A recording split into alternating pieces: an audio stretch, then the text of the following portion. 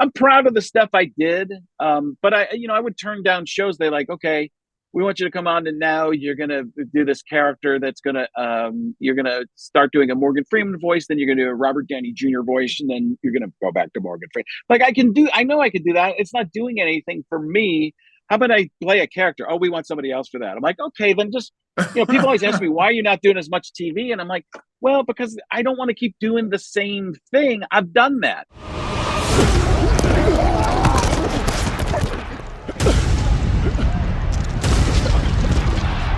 What's up, everybody? It's LaVar Arrington here. This is another exciting edition of Conversations with a Legend. You know, as I tell you all every single week, I like to keep things spicy. I like to keep things interesting. We don't just stay in one aspect of legendary talk. Legends are legends. Doesn't matter if it's in sports. It doesn't matter if it's in a different industry like, comedy, huh? How about that? Well, my next guest needs no introduction, but I will bring my friend on the correct way. One of the best celebrity impersonators in the business, big time contributor to Fox Sports Sundays, this big show for football and NFL. Yeah, that's right. Fox, FOX, Fox. That's the guy, who I'm talking about. Frank Caliendo, my guy, the man, the myth, the legend. What is up? I'm not sure how to follow up that intro because at first it sounded like you're almost apologizing for me. No, and then no. No. I know, No but way. it's like we don't know what sports. And then it was a huge buildup, and I was like, oh, okay, yeah. It's a buildup, yeah. The buildup. I don't know. You got to create a buildup. You got to listen to the whole thing. You can't take a piece of the intro. You got to take the setup. full 5 minutes of it. It's a setup. It wouldn't be legendary if you didn't set it up the right way. You know what I mean? Like, I could have came in and been like, all right, Frank Caliendo of Fox Sports. He does NFL Sundays and he does celebrity impersonations very well. He's done a stint in Vegas. He's got shows. He's done CDs. I could have did all of that, but you're a legend, so it's kind of like I build it up that way. You know what I mean? Yeah, I'm just gonna let I'm always people. It's so funny because when people do introduce me, they'll say things like the great Frank Caliendo, and I feel like I should be a magician or something at that point, right? Like I should just appear. I never know what that, but it's always interesting when somebody says that to me, because I always feel like I'm the least great person out there. I think it's an odd mentality that I have. You were around a lot of athletes. I know you're around entertainers and all kind. Whether it's Fox Sports or whatever. You're in Hollywood, right? You're in LA. Yeah. Everybody has this belief that they're all so good at everything, and you have to have that in sports, right? I think you probably have to have that in entertainment as well, and that might be my problem. That I just always feel like I'm just kind of a regular guy who got lucky. So I feel the same way, though. I feel the same way. I don't look at it. I don't embrace it. I approach life the same exact way you just said it. Like, I just see myself as a normal dude. I got lucky. I worked hard. My parents gave me some good genetics, and then it worked out, What about in football, though? When you played football, I don't know, can you play like that, feeling you've got to feel like you're the guy, right? When you go out on the field, for me, my mentality was, when I went out on the field, I was coming for your life, Frank. Yeah. Like, I live by the saying, I'm a warrior that's in the garden, not a gardener that's in the war. You know what I mean? But when I take that helmet off, when that comes off, I'm a regular dude. Like, I'm just as normal. I'm just as soft-spoken. I don't want any smoke. I don't want no drama, none of that. But when that guy comes out, he's a warrior that's in the war. And I knew when I played, I knew what my job was. I knew what I needed to get done. I knew what I needed to do to get it done. And with that came a certain mentality and a certain approach. But I apply it in certain aspects of my life, Frank, but I really am I'm very, very low impact, super low impact. I don't want like the drama he was going after. I don't want that drama. I Do you just want think? to be And normal. I'm sorry to turn this back to the legend that is you instead of me, but I'm interested in this right now. Do you think a lot of players, and especially in football, have trouble turning that off? Like Sometimes, yeah, I that's think why some. some guys do get in trouble, and some guys Absolutely, you absolutely. have that mentality, and you can't turn off being that person who's on the field. It's like I always say with like, you ever hang out with like a person who sells cars, they're car salesman, and They always selling, you're at dinner and they're making a deal to pass the gravy. You're always just like, selling. what do you do? How do Right. you can't turn it off. So it's like we get wired a certain way. We're trained, and especially even more now, kids. Although I think kids have a lot more surrounding them to giving, good voices and bad, but I think there's a lot more information coming at them to make some good choices. But it's one of those things where you are completely bombarded by that stuff. You turn into the Terminator, and you can't turn it off. Yeah. Uh, How does that I, work for you? Because if you're a comic, you have to get into character to be able to deliver what it is that you deliver. That's the same thing with us as athletes. We have to get into character to be able to deliver what we're delivering. How does that work for you? Are you able to turn off and on funny and what funny is, and then what being a comedian and doing the impersonations, like that mentality? How does that work for you? yeah, I think so. I think it goes back to even grade school or middle. I was very quiet in grade school. Middle school, I started to come out of my shell a little bit. I didn't really do impressions and stuff like that yet, but I did. I would do impressions of friends. Like I remember this guy, Darren Barsh, had like one of those combs in his back pocket, and his nostrils would flare, and he'd feather his hair back, and he was going, "Dude, you're right out of a TV show, a terrible '80s TV show. It's just so bad." But um, so I think So for how me, did he do it? How did he do it? Give me he the just full deal. he would just kind of do this, and he had this huge strut. Like he couldn't even not strut when he was doing a layup in the basketball line. Like he had this, he bounced from side to side. He was a pretty athletic guy, but he just it would and he'd just do this and just look around to see if girls were watching him comb his hair. Um, so but it was one of those for me, I was very quiet as a kid. So then in middle school I started coming out of my shell a little bit. By high school I was making fun of teachers and doing all that kind of stuff and impressions, I'd say, but not so much famous people, maybe a little bit there. But I never got in trouble with teachers because I always knew the right time to do stuff. Like my parents would go in for teachers conferences and be like, Frank is such a leader in class. I never thought of myself like that, but I could actually judge the people in the class. I could judge who wasn't getting stuff. Let's say Spanish class, and I could kind of look around the room and go, this teacher's not explaining this very well. And I'd ask questions to try and get other people to understand it. Not that I was the smartest kid in the room, because I wasn't. I was probably upper third, but I always had a feeling that I could read the audience, go, there's a weird tension in this room. Nobody's understanding what this person's saying. And I think it's a detriment to me in comedy sometimes because I read the room a little too much. The best comics, I think, don't care. Like Dave Chappelle, uh, guys, Bill Burr, people who really don't care about anything. They just go out and do their thing, and they aren't playing. They're playing a little bit to the audience, but they're saying exactly how they feel. And the brilliance of both those guys, and they both are able to do this in their own way, is they hit a topic that you're like, oh no, how did you do that? And then they come back and hit the other side the other way. And you're like, oh, that's how you did it. And Mm-hmm. they get in quote unquote trouble. People come after them, but it's just so smartly done. And the regular person goes, okay, I see what you're doing there. It's a joke. You're not trying to hurt anybody. That's really well structured and brilliant. That's Mm-hmm. I don't have any of that, but I'm like a puppet show. But I watch those guys and I go, and people, and I go, oh my, that's just brilliant the way. Cause I'm too scared. I get scared when it's an edgy type of Mm-hmm. topic. I'm like, Mm-hmm. I don't know. I Well, got to they run. come with it now. The cancel culture will come for you, Oh yeah, yeah, and yeah. they don't care male, female, black, white, Asian. They don't care. They coming. Yeah, yeah. And it's a weird thing because I really like to. I've always liked to hear different perspectives and understand. I feel like you're like that too. I don't want to put words in your mouth, Yeah. but anytime I've watched you on TV, especially in the last few years, and listening to the radio or whatever podcast, I say you have you have that moment of hold on a second, I don't agree with this, but let me hear you out. Let me Hmm. hear you out, and Of then you have course. that ability that a lot of people don't have. I think nowadays, because people love to go after each other, you have that ability to go, okay, I respectfully disagree with what you're saying, but you have Hmm. the right to your opinion. I think Hmm. it's wrong in what I believe, but I'm not going to disrespect you and tell you're a bad person. I think you might have a different point of view, and That's that's right. fine. But just understand, I'm not there, but I'm not going to call you a terrible, horrific person and think you're the worst person ever. We still have to try and get along, and I think You know, that's a key. I feel like that's the new business model.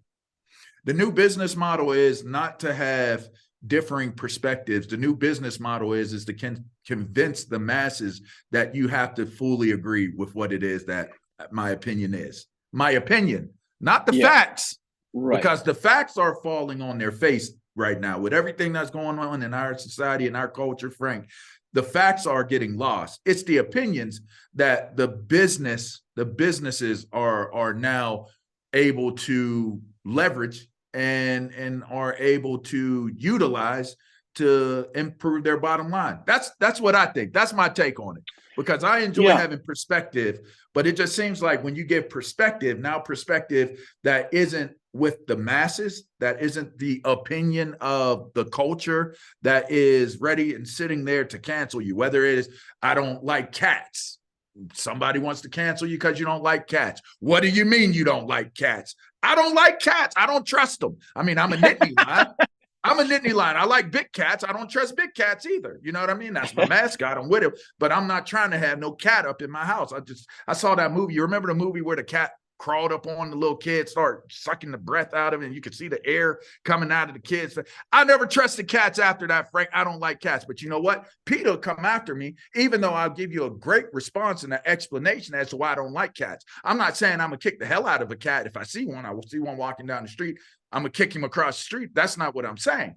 I'm just giving perspective. I'd rather have a dog. I'm into dogs. Why? Because they're simpler. You know, they listen to you. They do what you want them to do. Most all, if you get the type of breed you want. I got an American bully. We both like to be lazy. I lay down and sleep. So does he. We good to go. You need to go out. You go out. I don't need to be walking you 20 times a day. There's a different breed for that and a different person for that breed, right? But right. that's my factual information. That is a perspective from me. It's a fact because it's my opinion that it's for me, right? It's not factual information as in that's a bulldog, that's a bulldog, that's what it is. No, boom, done, right? It just seems like every single time you have an opinion these days, people lose their S over you Yeah, not having the same opinion as them. So I dig with what you're saying. yeah. It's honesty, and I like honesty. I like people, and I'm honest. I'm being honest here. I'm not. That's why I pick a lot of things I'm going to do. I'm very careful what I do. I used to not be. I used to go do everything, and then Mm-hmm. you can be put in these boxes that you don't want to be in. But that's one of the things I appreciate about you is the honesty. It's that honest thing where you come from. When you have enough clout and you have enough, and I don't mean a clout in a negative way. I mean a very positive way. But you have Mm-hmm. enough courage and you have enough confidence to do your thing. One I talk about this in my act. One of the most honest people. You don't have to agree with them or disagree with them. One of the most honest people out there, I believe, is Charles Barkley. And Mm. he comes out there and he will say things that a lot of people are like, I can't believe he said that. A couple of years ago, I talk about this in my act. It's about Draymond Green. He said, I want to punch Draymond Green in the face, right? Now, we knew that he did not really, we've all said that kind of thing. A guy and a person annoys you, you want to punch him in the face. Just Right. it's a saying. And he said that. And everybody went crazy. Not everybody, the media went crazy on him and said, you got to apologize. Now, as I said, I talk about this in my act.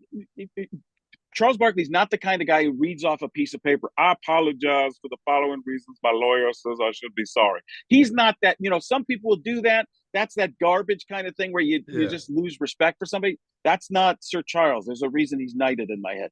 But Right. that's not him. So what he did was brilliant. It was the smartest thing I'd seen to this point. Is he went on TV and they made him apologize, but he did it with something he could live with. He looked directly in the camera, and this is basically what he said. I apologize for recognizing that Draymond Green has such a punchable face. So that's kind of what he said. Yes. Yes.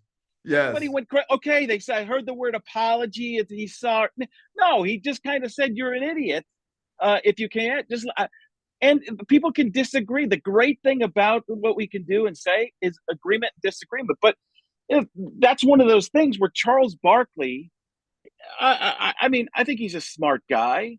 I don't know how much he knows about the world. I don't care. I just know that he's honest. Hey, I Chuck, just know that Chuck, he says what do you, things he believes. what do you mean? What do you mean you going? What do you mean? What do you, Chuck? What do you mean you going to hit him? You try to hit the Draymond Green in the face, Chuck? Listen, Chuck, Shaq, that's what I'm trying to say. You have to understand. Look at me. Look at me, Shaq. Look, he's trying to, but one eye's going the wrong way. Chuck, what do you mean, Chuck? Chuck, I got raised kidney to the board, Chuck, what do you mean? I once I once did an interview with Shaq, and I got him to do Shaq Trump. He was doing Trump. He's like, "That's luxurious. That's tremendous." It was the funniest. Just Shaq doing a Trump impression. That's tremendous. That's very, very good. That's very, love it, love it. Oh, so funny. So you got into doing the impressions in high school. It carries over. You start to build a career. Now You I'll catch go on. back. I Okay, played good. sports. So I played sports Okay, growing up. My dad was a minor league baseball player in the nice. White Sox organization back in the day. So I grew up playing sport. I love baseball because my dad always said you don't have to be that fast. You don't have to be that strong. You don't have to. I was a zero tool player. All right. I could hit a little bit, but they always think they can teach you to hit. So no, I didn't run. I wasn't super fast. I was decent speed for my school and stuff like that. But once you get into the real world and see how fast and powerful athletes actually are, you realize, oh my God, I never had a chance to be a professional athlete. But we all have those little dreams. But I grew up playing sports. I was a catcher in baseball, and I would mess around with the batters as the hitters were Mm. up. I would talk to the umpires. Again, I was reading the audience. I would try and get the umpire on my side, do some jokes, goofing around, say some stupid stuff, keep the umpire entertained, and try and throw the batter off by saying silly stuff. Here comes a fastball, and obviously, and then a fastball comes. I'm like, told you, that kind of a thing. Mm-hmm. So that was a lot of my humor came from sports. I wish I had done a lot more in like theater and paid more attention in history class and English class and those types of things. That's one of the things I always tell kids. If you understand more about history, all different elements of it, and you can talk about so many topics and uh, and be influential in so many other ways. I Mm-hmm. know nothing. I mean, I people like I on Jeopardy, I would be in the negatives. I would score. I Mm. would lose horrifically. Why do you So think that is? Because you just I don't don't you just don't have that type of knowledge base. You just didn't commit to that knowledge base. You have knowledge, but it just might not be kind of formatted that way. think it's part of it. I think I probably had some type of uh attention deficit type of thing. I don't know if it was Okay. All really right. that or what, but my mind, as you can tell even in this kind of an interview, You know what I my call it? I call it selective brilliance, my guy. you're because you're a positive guy. That's why. Well, that's what it is, though. Like for you to be able to do what you do and be able to handle situations the way that you do. Like, think about this, right? And I can sympathize with this because I do media. People don't realize when that light goes on and it's live television, there's no do-overs. Like I like filmed shows, pre-recorded, that's a little different. Yeah. Podcasting, this, that, and the other, you can edit things out. But when you go live and you got to do what you do and it's live, or you're in front of a audience and it's live, the amount of emotional balance, physical balance, mental balance that you have to create in order to deliver something that is consumable by the masses is brilliance. That's brilliance. For you to be able to do what you do and deliver it the way that you do is brilliant. So it's just selective brilliance. That's all it is. Well, I thank you. I one of the things. See, for me, I get into a rut where I know things that work. Right, I know, and that's heavy on the selective. You can decide on the brilliance, but I know that when I get into a tough jam, I can always go to an impression. It's like a crutch. It's a full-on stretcher is what it is. It's not just a crutch. It's the paramedics coming to save the day with the jaws of life, right? So I know I can go into that because anytime something goes wrong, I could in the old days I could just describe it as John Madden because you got this over here and he meant to say this and then boom. I mean, hey, this guy's an idiot. So I could do that. And then later was Morgan Freeman explaining, and that's why they realized that Frank Caliendo had no idea what he was talking about. So I could go to one of those things and Right. save the day. So it wasn't even what I was always saying right away in the middle. It was just who you were delivering. It was fixing it. And I could fix it with the puppets that are these impressions that are in my diversion. head. Yeah. I mean, part of my difficulty is I've always learned by repetition. And let's tie this into sports for a second.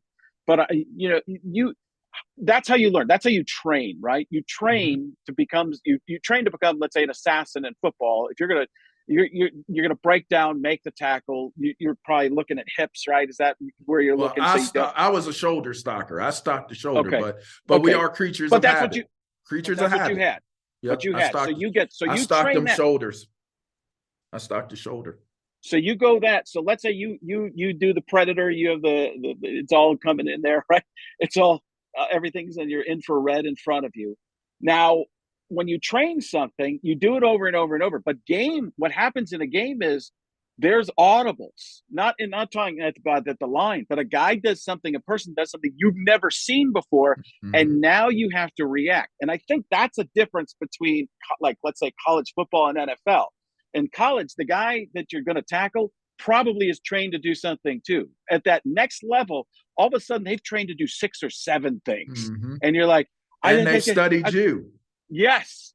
And that's, and the amount of work that goes into that and learning, each other I've heard that so many times from professional athletes, just that the amount of people, I don't think the layperson, I don't even think I understood it going in. The amount of work that goes into becoming a professional athlete at the highest level, it's more than a full-time job. It's your life. It's an obsession. It's obsession. That's a great word for it. That's why I didn't become a Pro Football Hall of Famer, because I was always a person that played football. I was never a football player. See, I see where I think we're even more similar than I thought. That's why I see myself as a person who's in entertainment. I always see myself as this regular guy who got lucky to be able to do, figure some things out with some voices and stuff like that. But kind of just a regular person. So you had some genetics that could let you to play the game of football. Yeah. And I had some physical tools that allowed me to do what I do with impressions and voices and that type of stuff. But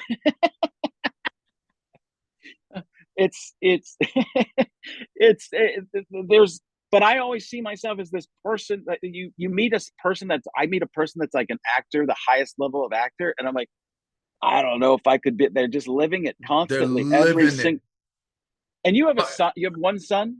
Two sons. And when I had kids, everything changed for me, because when I had kids, I'm like, okay, now my whole goal is just to help them in their lives. If I'm around at home while they're growing up, and the next stage is I have my kids go to meeting agents at CAA, which is my agency, and I have them going to meet some famous people so they can get used to, not to try and get jobs right away or anything, just be around high level people, because most people don't get that opportunity. I'm not trying to get them jobs right now. I'm just trying to get them used to, like, exposure. My daughter. Yeah, and my daughter's met 6 or 7 different Avengers, people who play the Avengers. She can now, at 16 years old, hang out and talk to somebody super famous from a movie that she's grown up watching. Most people can't do that because they don't even have the opportunity. And it's one of those things that by the time she gets into the work world, because she wants to be in PR and behind the scenes, she doesn't want to be on screen. She wants to be behind the scenes. By the time she gets there, she'll be able to interact with people that a normal 22, 23-year-old has to adapt to. And I'm just trying to get the kids in, and you being at the level you've played football to, I think I saw your son 6'3" and is now being recruited by schools. Is that all kinds of schools? Yeah, that's little LaVar. Yep. And then my oldest is at Delaware. He's a blue hen. Okay. Okay. So you've been able, that's the thing, is when they talk about pedigree and stuff like that, when you grow up being around uh, somebody who's been through it. You gravitate to it. It changes. You have a perspective. Somebody brand new that's never been in this world of college athletics or something like that. They're in a whole new world, from high school to college to the pros. Giant jumps. Now, if you've got a parent that's been around that, has been around media and what happens and all that, and coaches and different types of situations, Mm-hmm. you are so far ahead of everything that, that's right. Let's look at quarterbacks. You look at I'm going to look at Jalen Hurts. I'm going to look at Peyton Manning, Jalen Hurts. Okay. Two different guys. Parents, professional football, and I believe Jalen Hurts' dad is a high school coach, right? A coach, yes. But he's a coach, and when you have a dad that's a coach, and Jalen Hurts, I don't know much about him, but I believe he's never been babied by that father coach. I feel like he's been pushed, and not too far, but in the right ways. Peyton Manning, same way around a dad. The whole Manning family, football royalty. They've been around all this stuff. Mm-hmm. I don't want to say it's easier. I don't think it's easier. I think there are other things that are more difficult, especially for somebody like Manning, who's they're put on a pedestal. Now you have to, let's take the expectations. James. Yeah, let's take expectations that's placed. But you're right. I know. I'm digging what you're saying, because it's not that it's easier, but I'll put it to you like this: if you have a roadmap to becoming what it is that you ultimately can become, versus just figuring it out as you go, those kids that have the roadmap are generally much further ahead than the kids that are just trying to figure it out. I just tried to figure it out. My dad was a good man, is a good man. And we watched VHS cassettes. That's how I learned how to play football. We watched VHS cassettes, and he said, just do what Eric Dickerson does. When you get the football, see the way he looks, try to look like Eric Dickerson. I play football linebacker. You see Dick Buckus, you see Greg Lloyd, try to do it exactly the way they do it. So I did everything I did through visualization. I didn't do it through training, right? Like my dad didn't get out there as a coach and was like, this is how you handle this. This is how you read it. This is why you read it. This is why it's going to happen the way it's going to happen. This is what you need to do. This is what they're going to do. Like all these processes on and off the field that guys like Peyton and Eli and even little Arch now are receiving growing up. They're that much further along because they do have a defined roadmap to becoming that. If that's what they indeed want to become, they have a defined way of approaching it. And that's how I've been with my kids as well. My wife played Division I basketball. I played Division I football. We were Division I athletes. So we have a very, very structured approach to how you go about development as an athlete. And it's worked. I mean, not only is my son getting recruited, and my son's already out of my other one's out of D1, but I have a daughter that's committed to Loyola Marymount for volleyball. So it's kind of like you said, what you're putting down is dope stuff, because it is a process to success. Success may come to some people as luck. I don't subscribe to success being luck. I don't think you are lucky to be successful. I think you can look at yourself as a lucky person for having someone show you, or you believing in your process, or whatever it may, finding your way. But you're not lucky to be successable. You had to earn success. Yeah. I think, because we don't all start at the same spots. That's right. But people don't realize how much hard work. I mean, I always, listen, I grew up, all I wanted to do, I wanted to be a professional athlete. I mean, I think most kids that I know, growing up, I think probably wanted to be that, just because I grew up in a sports house. At a certain point, you realize that's just, whatever level you're going to end at, that's it.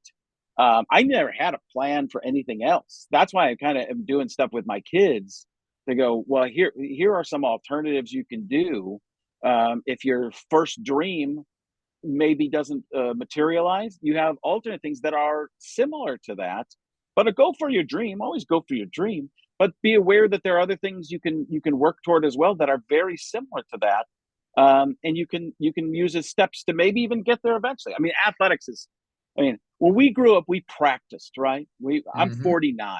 I think you're about the same age, right? Somewhere in there. I'm a little younger, but we're Okay. in the same Okay. decade though. Yeah. So so I we practice. We would go to practice. Now these kids train. Oh They yeah. train the Oh yeah. muscles. They train small muscle groups, Specialized. specialized. You get put. You have they have the opportunity. That's why I think there's so many injuries too. Is the skeletal system can only do so much with fast twitch muscle, and the more muscle Mm. you build, your bones can only and ligaments can only deal with so much. We were getting to the peak we could be at that time, but now people are trained almost like military level, and the athletes not only have the genetics, they also have the work ethic and the nutrition and everything to get there. You're a super soldier, right? You're at that level of like, holy cow, you can't even. I played basketball just in just pick up basketball years ago. It was I used to work at an indoor baseball softball place, and there was a basketball court there. And Latrell Sprewell came there one time because he was from Milwaukee, where I grew up. Mm. And we thought, we're kids, we're just dribbling. I couldn't even dribble. I couldn't. It's like, I have raptor arms. I'm 5'6", and he just reached like right around me and just fingertips would just tap the ball to himself. Right, I'm like, I I had no chance, And at the time, Sprewell was, he was an all-star and elite level player, and you're going, man, I didn't even understand what it was like. And that was one of the first times I was around some Major League Baseball players before that, but to see a peak, football player, then you get around guys in the NFL, and you're like, holy God! The first time I ever saw J.J. Watt, my buddy, could probably bench like 250, 300 pounds. He's a big guy. He was half the size of J.J. Like J.J.'s width, like it was an eclipse. You're just going, what the heck? I can't even believe the size of And this he can human being. run, Yeah, and he can yeah, move, and he's yeah. That's agile. yeah. Yeah, Switching like directions. grown ass men looking like wild animals, man. Yeah. That's where. But you know what? It just takes a certain mentality to be able to know that you belong, even if, because there's always someone bigger, there's always someone badder. And I know CT Fletcher said, well, somebody got to be the baddest, and there might be one out there that's the baddest, but I tell you what, there's still one out there that's going to knock the hell out of the baddest one as well. So it's a humbling game, it's a humbling approach. How does that apply to what you do? Because you have competition, you have competitors, and if you weren't good at what you're doing, you would not have had the longevity that you've been able to have. How does that work for you? Well, I found a niche. All right. So my niche was the sports thing, which is what I knew. Right. And I did it because um, I like sports overall. I knew more about history and sports. So I would go, that's the route I really took. In a way, it was kind of the easy road because it was something I knew about. I always look at things like coulda, shoulda, woulda, those types of things. Um, I I'm trying to say this the right way. Again, I worked hard in certain things, but I could have worked in other areas and done a lot more. I can do impressions all day long. I can do that type of stuff, and I even stopped doing it for a while to try and do some other stuff, but realize, well, that's really what people want from me, which is it's good and bad because at least most people never get the chance to have something somebody wanted from you, right? Um, so now I try. I keep the lights on with doing a lot of the impressions and stuff like that. I'm trying to find newer things and do different things. But I want to go a different route, and you get tired. Like you're doing this whole broadcasting thing, and building a media empire. You get tired of being the thought of one thing, what you were in the first life that builds you, and then there's the second life that turns you into this thing you really want to be. And whether you get there or not, you never know. Give it a hell of a But go. just make the effort, right? Yeah, It's yeah. that. So I'm kind of in that right Okay, now where I'm trying to okay. do something different. I'm proud of the stuff I did. But I would turn down shows. They're like, okay, we want you to come on, and now you're gonna do this character that's you're gonna start doing a Morgan Freeman voice, then you're gonna do a Robert Downey Jr. voice, and then you're gonna go back to Morgan Freeman. Like I know I can do that. It's not doing anything for me, how about I play a character? Oh, we want somebody else for that. I'm like, okay, then just, people always ask me, why are you not doing as much TV? And I'm like, well, because I don't want to keep doing the same thing. I've done that. And now it's time for younger, new people to come in. I think I still have some of that sports mentality Okay. where I watch some of these new people coming up. I go, oh, they're really good. I've done this. It's almost embarrassing to be doing the same things. I'll do some stuff once they're like, why don't you do more of those impression videos? I go, because haven't you seen me do enough of that? No, I love it. I'm like, okay, so I'll do some, but if I do it constantly, I start to feel like it would be like you going and playing in Legends, college Like, Legends football games. yeah, flag games all the time. Like I'm you not go back doing and that. you could do something, for fun, but you pick and choose your times Yeah. and make it a special thing as Yeah. I'm not opposed doing to that. I'm going to go do this all the time because you see yourself in this different part of your life. Yeah, I get that. All right. So, because we could do this all day on everything. We could keep going. I got two things I want to hit you with before I wrap Okay. this up. First thing is, are you promoting anything? Like, do you got anything going on? Like, you could give us your social handles. Let us know what are we looking for from you these days. What you got going on? I'm at Frank Caliendo across the board. At Frank, the letter C, the word alien, and the word do, at Frank C Alien do. See Uh, alien do. C Alien do. Frank at Frank C Alien do, and I'll be in right outside of Salt Lake City in Wendover, Nevada, in the middle of May. And then my family. We're going to Italy. I've never been to Europe, and my Caliendo were Italian. My wife's even more Italian. She lets me know every day. So we're going to Italy for a couple of weeks, and on the way there, we're stopping in Columbus, Ohio, and Cleveland, Ohio. My wife's from Cleveland, so I'm doing a couple of club dates there. Midwest. Yeah. I grew up in Milwaukee, Waukesha, Wisconsin, born in Chicago. So, frankonstage.com gives you all that info too. So, We'll push it that's what out. I'll be like. Yeah. We'll push it out, and I'm certain it's an amazing show. Brilliant. Uh, Selective brilliance is what it is. Selective brilliance. You got that. It's selective brilliance, man. Like, the most brilliant people are selectively brilliant. Like, if you really Yeah. think about it, they really are. So, what's his name? Who's the super Einstein couldn't even tie his shoes. He wasn't Yeah, even I'd take capable it. of tying his shoes. I I'll mean, take it. tell me that isn't selective. Like, dude, like, it's just some strings. Like, cross them up, make a bow, wrap it around, pull the bow through. You got a tied shoe. Like, come on. Like, Yeah. you're splitting atoms, but you can't tie your goddamn shoe. Is that Similar. Albert behind you? Is that him behind Uh, you over your shoulder? No, that's not. no. No, That's Joe Boo. no. Geez. Yeah, that's definitely not Albert Einstein. Different shade. My bad. Major League. Yeah. I got you. Yama, yama, Similar though. yama, Similar, very. yama. Yeah, I got you. All right. So, and I love the dog collection back there. I'm a big Mark too, myself, and obviously Batman is a dope dude.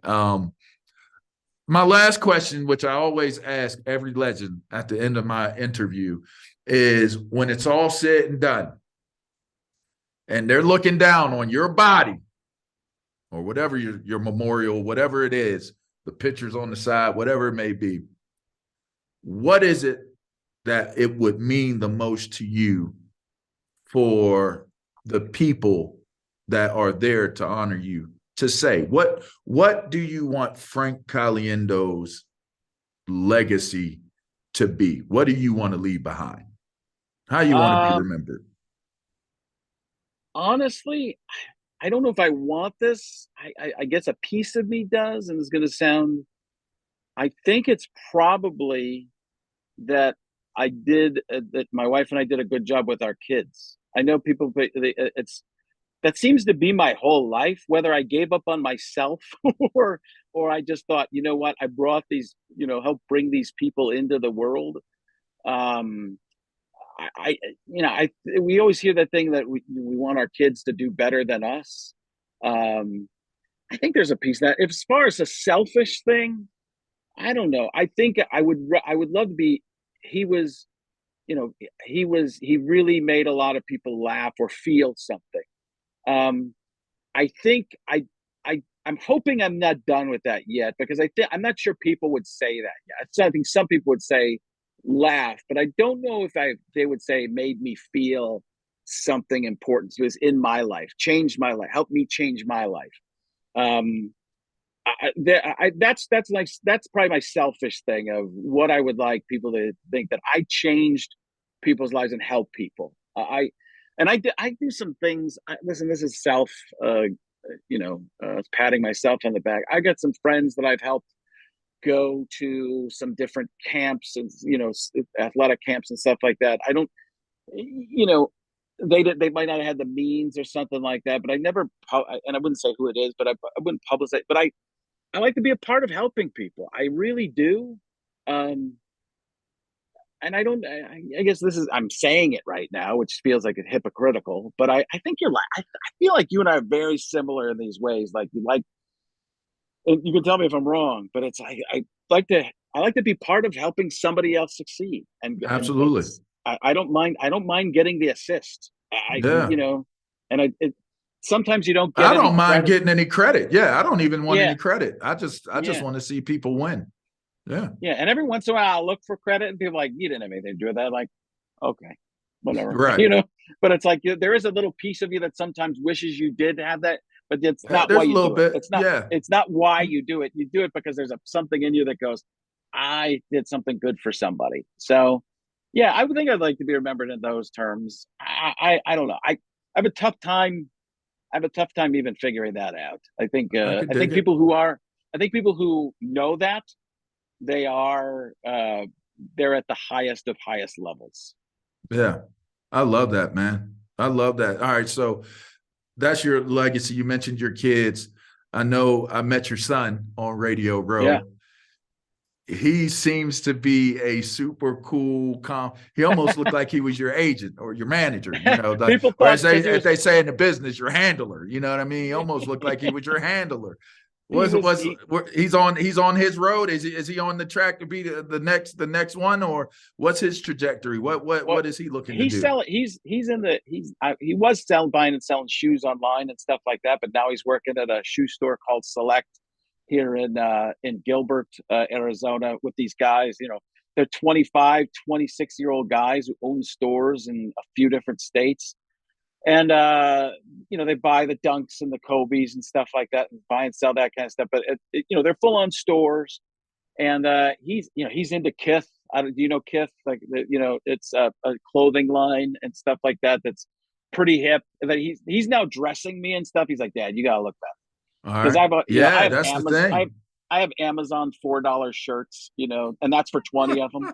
I'm Right. wearing one right now. But he's got like he's got me the other day. I wore a Kith shirt on stage, and like people, it was interesting because I've never had this where people came to me and go, "I love Oh, your like your shirt." shirt. Yeah. Yeah, yeah, I've I been can on the see that's same one. thing. Yeah, Yeah, Doug. but I feel like have you not been a style guy your whole life, or no? No, No, I don't do anything for myself. I've just recently got into being more trendy. Like, you I have to used for to be in social the media, right? sneakers a little bit, Yeah. but I just, I don't know. It's like kind of my line of work being in the media world and entertainment. It's like it's funny because people treat you differently. They react to you differently when you're in the know with your But trends. sometimes people will watch a clip. Like, you want to, again, tell me if I'm wrong, but you want to be known for having a good idea or a thought, right? Yeah. But then somebody will watch your video and it'll get crazy amount of views, and people are like, what'd you like so much about that video? I love that shirt you were wearing and that Yeah. watch. You're like, you Yeah. watched that 3 times for the watch? Yeah. Like, and They're trying to figure makes me out go, where you got it. yeah, yeah. Right. But the little things like that are what Yeah. are important in this world of views. And you just go, Yeah. everything about that makes me sick. But at the same time, I'm like, I guess I have to, I guess I have to assimilate. I have to understand that that's what this is, because otherwise you're just beating your head against the wall. That's right. You got to fish where the fish are, is what they say, Yes. So, yeah. Frank, it's been a pleasure, man. Like I said, I could do this all day with you. So we'll schedule. We'll do another Yeah. one. We'll We'll do circle another up one with and some we'll fireworks come back. impressions. We'll throw more impressions in and stuff like that next we're gonna time. come back. We're gonna do something. We're gonna do this again. But I really appreciate the time, man. And I'm sure everybody out there that is listening that will see this and hear it, I'm sure you enjoyed this as well. That's Frank Caliendo, everyone. The legendary Frank Caliendo, you know, the one we grew up watching. Well, I didn't really grow up watching him, but you know, we watched him on Sundays do the dopest impressions and make us laugh. So you know what? It's been a pleasure. I appreciate it. And anytime I'm able to have a legend on, it's an honor. Anytime I'm able to have a legend on from a different category from even what my category was, it's even more super cool to me to have that opportunity to chop it up. So I appreciate you coming on with us, man. Wish you all the best, man. And, you know, I guess that's it. You know, this is another exciting edition coming to an end. If you missed anything, it's okay because it's going to go up on our podcast. You can check it out on our YouTube channel. You can check it out on Up on Game Presents Conversations with a Legend, wherever it is that you get your podcast from. And you know what? Well, that's about it. You know what I mean? Until next time, I'm LaVar Arrington. That's Frank Caliendo, y'all. All right. It's Up on Game Presents Conversations with a Legend. We'll catch up with y'all. Peace.